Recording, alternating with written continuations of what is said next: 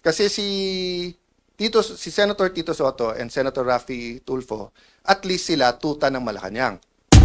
Pero si Erwin Tulfo, tuta lang ni Lacson. Hindi na po tuta si Senator Lacson, aso na po siya. Sabi ni Raffy Tulfo, hindi daw sila Malacanang. In other words, hindi sila tuta. Okay. But doon mo makikita yung graduated din experience. Bakit? Kasi si Senator Tito Soto and Senator Raffy Tulfo, at least sila tuta ng Malacanang. Pero si Erwin Tulfo, tuta lang ni Lacson. Hindi siya tuta ng Malacanang. 'Di ba? Kasi nga may hawak sa kanya si Senator Lacson na alam sa kanya.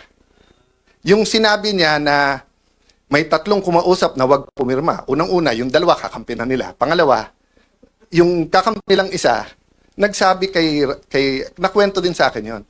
Sinabi kay Erwin, kami ang ginaganito ngayon. Ito ang hawak sa'yo. 1, 2, 3, 4, 5. Isang araw, ikaw gaganon. Kaya nung una, hindi rin pumirma si Erwin. So, yun ang mahirap sa Senado. 24 lang kami. Araw-araw kami nagkwekwentuhan. Minsan nagiinuman pa. Kaya kung magkwekwento kayo, ayusin nyo kwento nyo kasi alam ko rin yung kwento eh. Di ba? Magkwekwento kayo, bitin pa. Oh, yung totoo. Oh, Erwin Tulfo, isa-isay natin hawak sa'yo. Gusto mo?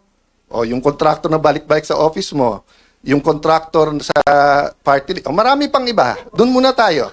O, marami pang iba. Di ba? Okay.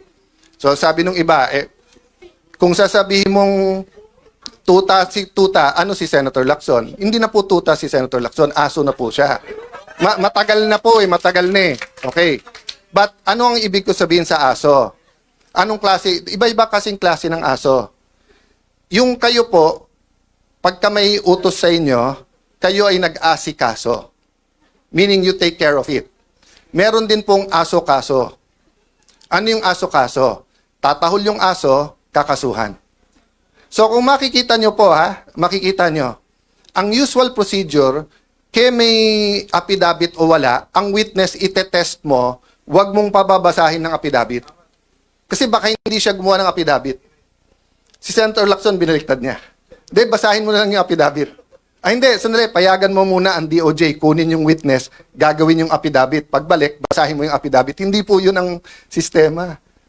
Nasaan yung mga abogado na kahit kakampi nyo sa Pinklawan, yung mga dean ng law school, nakita nyo rin yan eh. Noon time na yun, hindi pa panahon magsalita.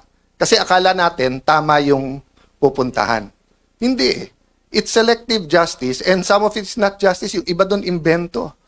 That's why naiintindihan ko yung sakit nung isa. Nasabi niya, inosente ako pa kakasuhan, plunder pa.